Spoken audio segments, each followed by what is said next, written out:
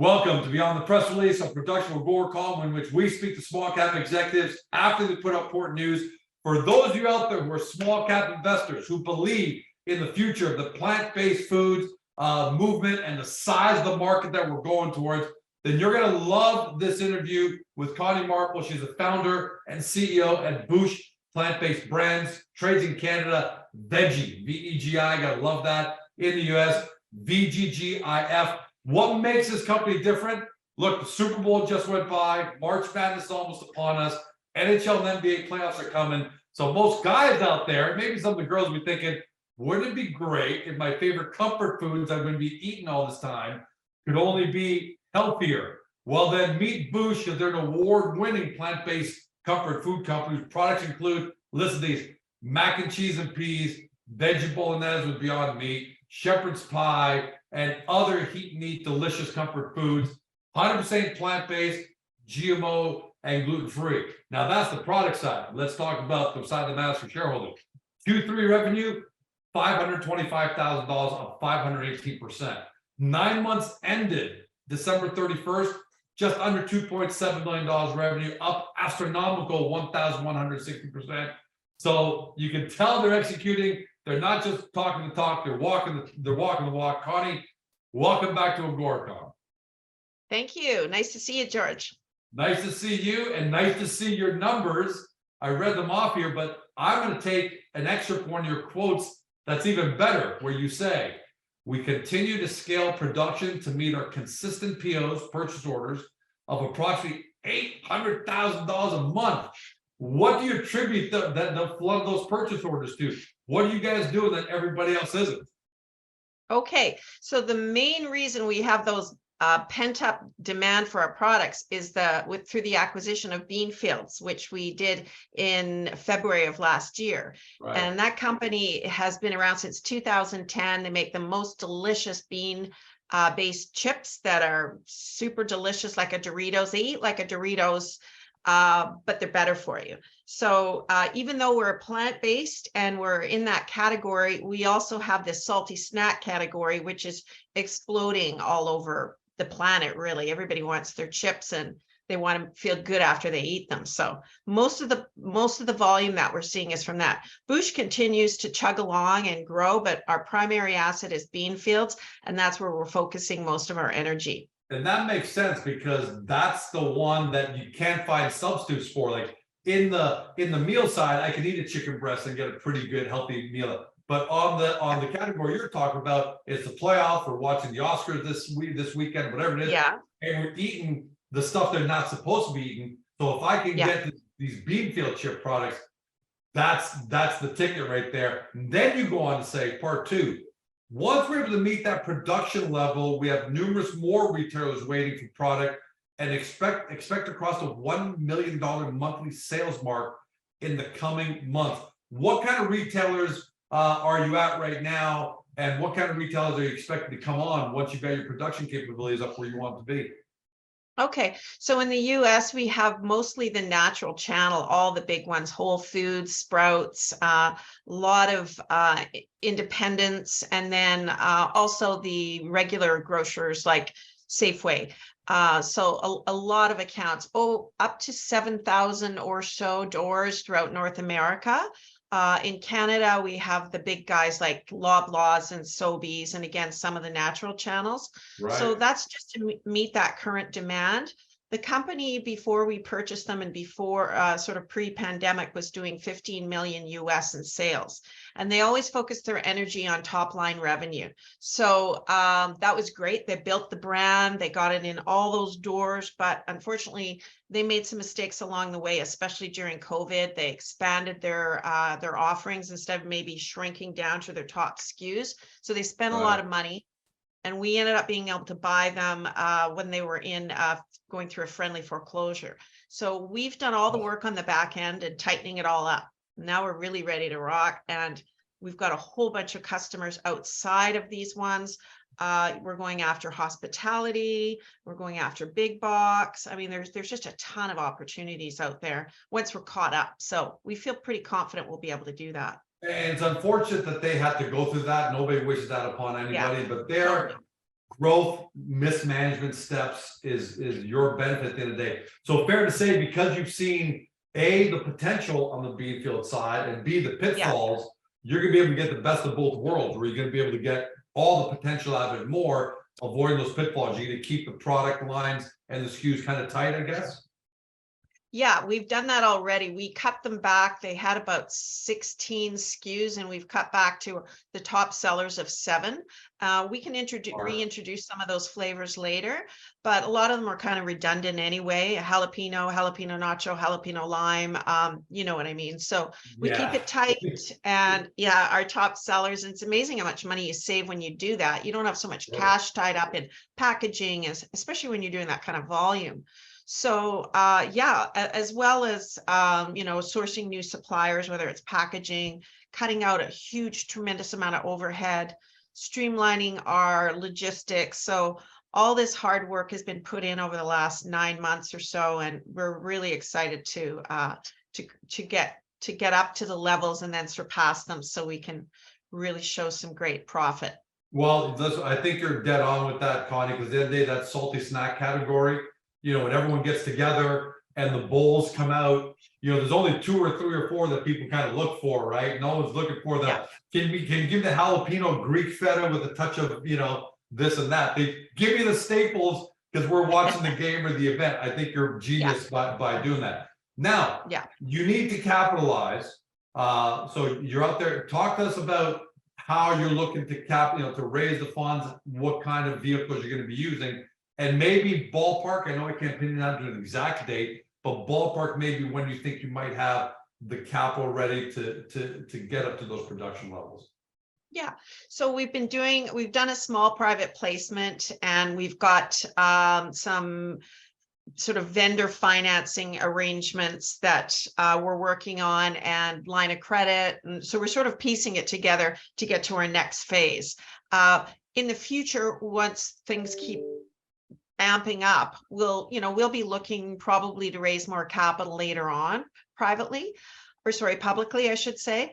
But we want to do it in phases, and we've got a really good solid plan worked out to be able to meet our production. And then once we continue to expand, we'll look for more cash.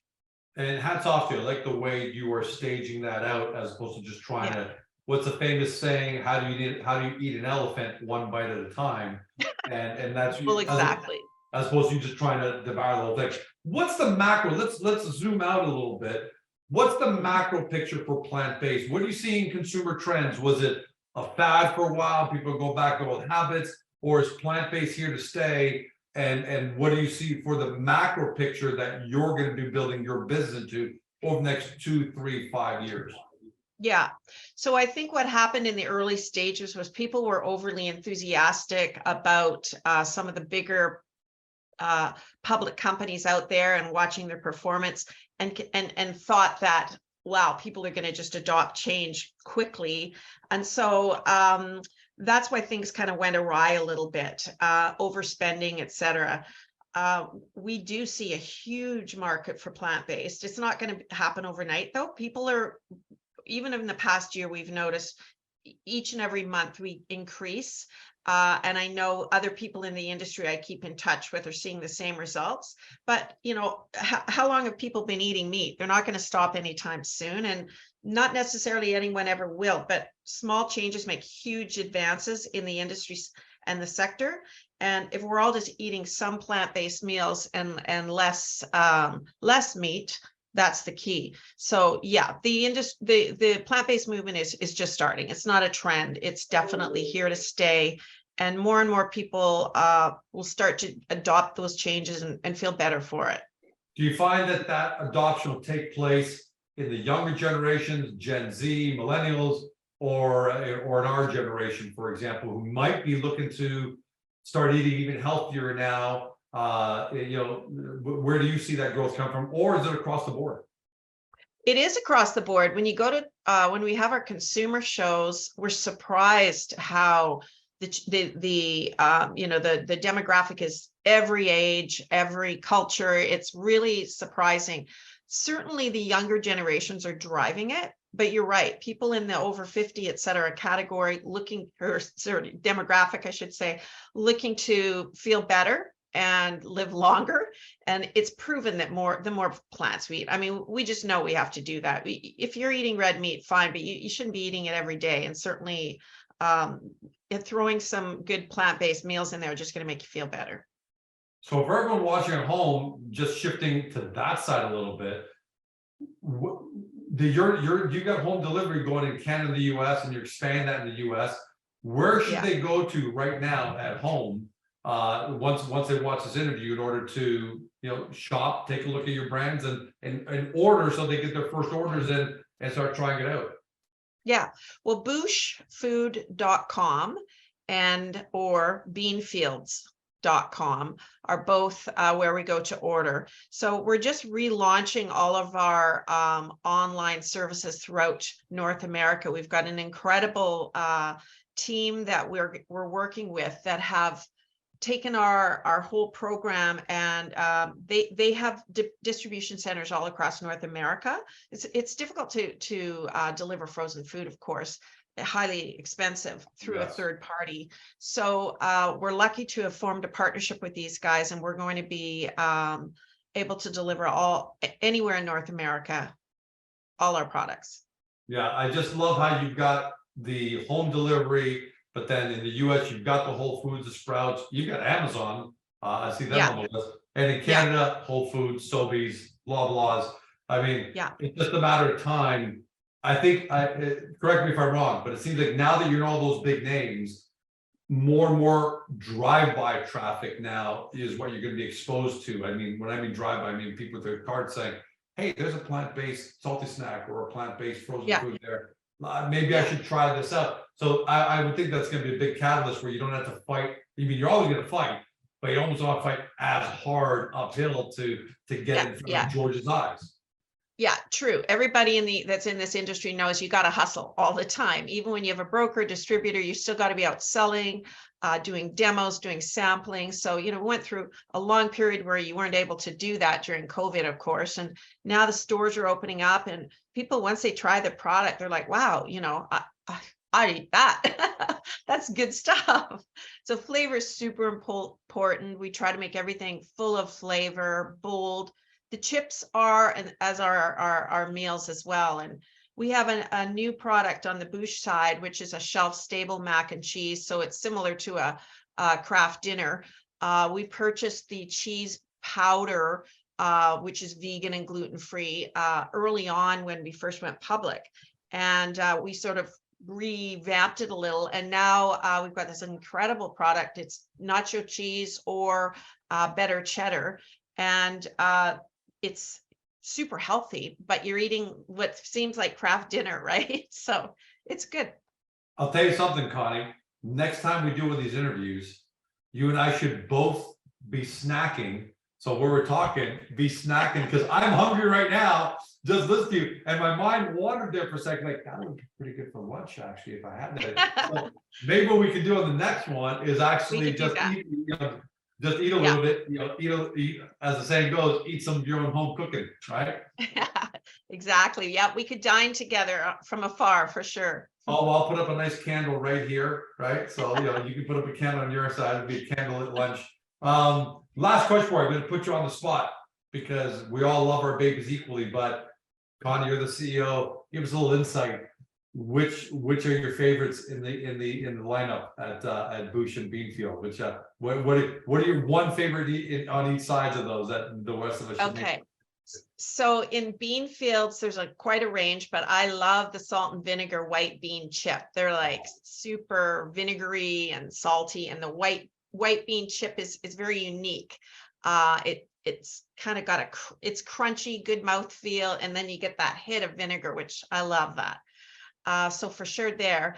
On the Boosh side, we make an incredible chili, which comes in a pouch. It's in the chill section. And I mean, honestly, you wouldn't know there's not meat in it because we use pea protein, 3 kinds of beans. It's got molasses, cocoa, tons of chili, smoke. It's ridiculously good. So those are my top picks. All right. So we'll make sure that everyone knows that with this. And I love the fact you said the salt and vinegar, because I've loved salt and vinegar from the day I could first eat chips. So the fact that you guys have one of those, sign me up for that. Okay.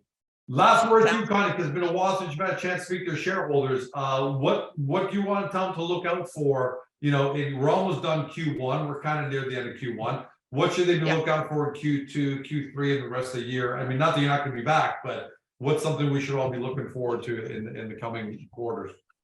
Okay, so our fiscal 2023 actually ends March 31st. Right. So we are basically 4 times previous revenue, which we're excited to be starting April 1st with a bang and with a, starting to reach the true potential of what the company's worth by fulfilling these purchase orders. So we've had a lot of activity recently. We've had a lot of new shareholders coming on, which has been great. We appreciate that, and we just hope that people kind of hang in there with us and experience the growth that we're feeling really good about, and hope they hang in there with us. Well, look, even if you get anywhere close to those 800, start filling those $800,000 a month to $1 million a month in purchase orders, that just puts you in a different stratosphere and sets you up for great long-term success. So I don't think it's going to be hard convincing people to stick with a company as good as yours and a CEO as good as you, because you're no figurehead around like that. You've been a big advocate of plant-based foods and a leader and a thought leader in the space for 15, 20 years or so. So it's great to have you at the helm of a company like this. Thank you so much. For everybody at home, you've been watching or you've been listening to my podcast on Spotify, Google, Apple, or your favorite podcast platform. To Connie Marples, founder and CEO at Boosh Plant-Based Brands, trades in Canada, VEGI, trades in the US, VGGIF. For those new to the story, it's going to be a lot of you. You want to start your due diligence. First, get the company's profile page on the Agoracom, because we've got it all neatly laid out for you. And you're going to get hungry, by the way, because we also got the food packaging on there as well for you guys to take a look at. But once you've got that foundational knowledge, head over to the company's website, do your deep dive due diligence. If you believe in the future of plant-based foods, and how can you not, because the numbers are overwhelming as to where it's going to go, then you got to do your due diligence on Boosh. Thanks for joining us. Have a great day. See you next time. Thank you. Hey guys, this video is over, but don't forget to help your company by liking it and even leaving a comment below. And then don't forget to help yourself by subscribing to our channel and never missing another great Agoracom small cap video.